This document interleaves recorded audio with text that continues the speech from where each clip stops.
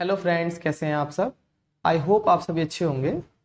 देखिए, आज हम बात करेंगे थायराइड के बारे में कि थायराइड क्या होती है, कैसे हमारी बॉडी में इसका लेवल डिस्टर्ब हो जाता है और आप थायराइड के शिकार हो जाते हैं। उससे पहले अगर आप हमारे चैनल पर नए आए हैं तो चैनल को सब्सक्राइब कीजिए, वीडियो को लाइक कीजिए और शेयर कीजिए। चलिए स्टार्ट करते हैं।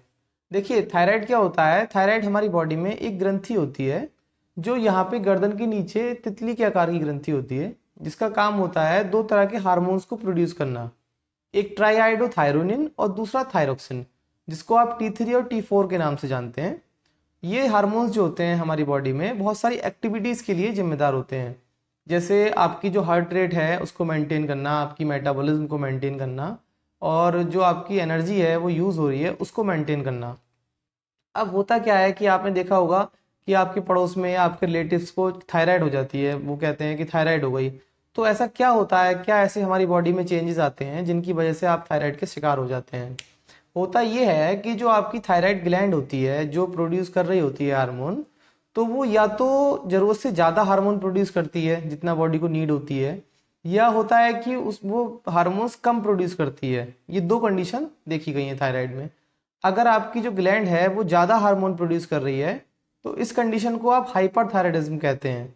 वहीं दूसरी तरफ अगर जो आपकी ग्लैंड है वो कम मात्रा में हार्मोन प्रोड्यूस कर रही है तो उसको आप हाइपोथायराइडिज्म कहते हैं।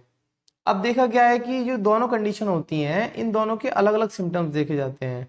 देखिए, अगर सिम्टम की बात करें हम तो हाइपरथायराइडिज्म में क्या होता है, पेशेंट जो होता है उसकी जो दिल की धड़कनें होती हैं वो बहुत ज़्यादा तेज हो जाती हैं, और पेशेंट को ज़्यादा पसीना आता है, पेशेंट को ज़्यादा गर्मी लगती है, पेशेंट की जो है भूख भूख बढ़ जाती है, लेकिन जो पेशेंट का वेट होता है वो कम होने लगता है हाइपरथायराइडिज्म में।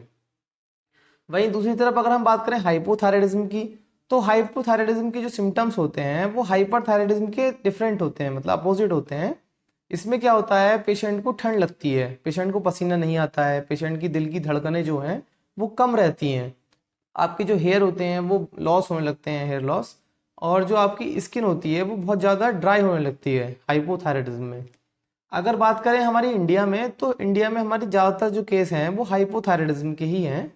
अब जो डॉक्टर करते हैं इसमें ट्रीटमेंट, उसके बारे में अगर हम बात करें तो हमारी बॉडी में क्या होता है, जो हमारी बॉडी में हाइपोथायराइडिज्म में हार्मोन्स की कमी हो जाती है, जो ग्लैंड जो हमारी कम देती है, रिलीज करती है, तो डॉक्टर जो बाहर से दवाई के रूप में, एक सप्लीमेंट के रूप में आपको हार्मोन्स प्रोड्यूस करना स्टार्ट कर देते हैं। आपने देखा होगा मार्केट में थायरोक्सिन के नाम से टैबलेट्स आती हैं, 50 mg 25 mg करके। तो वो क्या होता है, वो मेडिसिन नहीं होती है, वो एक तरीके का हार्मोन होता है जो हमारी बॉडी में कमी हो रही है उसको पूरा करने के लिए, हार्मोन्स की जो कमी हो रही होती है उसको पूरा करने के लिए डॉक्टर देते हैं। लेकिन ये एक सफल इलाज नहीं होता है, क्योंकि जो ये दवाइयाँ होती हैं या जो हार्मोन्स होते हैं वो आपकी कमी को पूरा करते हैं हार्मोन्स की, ना कि जो आपकी थायराइड ग्लैंड कम काम कर रही है या उसका जो काम जो डिस्टर्ब हो गया है उसको मेंटेन नहीं करते। इसकी वजह से जो आपको डॉक्टर्स कह देते हैं कि आपको मेडिसिन जो है लाइफ टाइम लेनी है या आपकी जो थायराइड है वो ठीक नहीं हो पाएगी।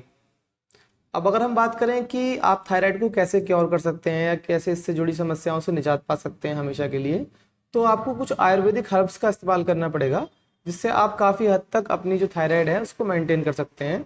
जैसे आपको सुबह खाली पेट नींबू और शहद का मिश्रण बना के खाली पेट लेना चाहिए, जिससे आपकी काफ़ी मदद मिलती है थायराइड को मेंटेन करने में। वहीं दूसरी तरफ आप अलसी का चूर्ण ले सकते हैं, या आप लौकी का रस ले सकते हैं, या आप तुलसी ले सकते हैं। ये सारी ऐसी चीज़ें हैं जिनकी सहायता से आप अपनी थायराइड को काफ़ी हद तक मेंटेन कर सकते हैं।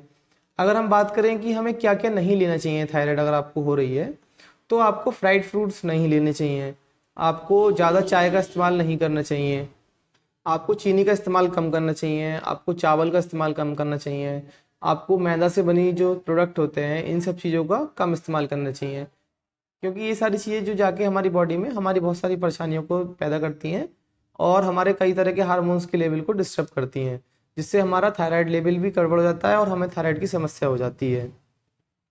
अब कुछ ऐसे काम करने चाहिए आपको जिसकी वजह से और थायराइड आपका मेंटेन रहे। उसके लिए आप व्यायाम कर सकते हैं, आप सुबह को मॉर्निंग वॉक कर सकते हैं, आप साइकिलिंग कर सकते हैं, या आप मेडिटेशन कर सकते हैं, या आप योगा कर सकते हैं।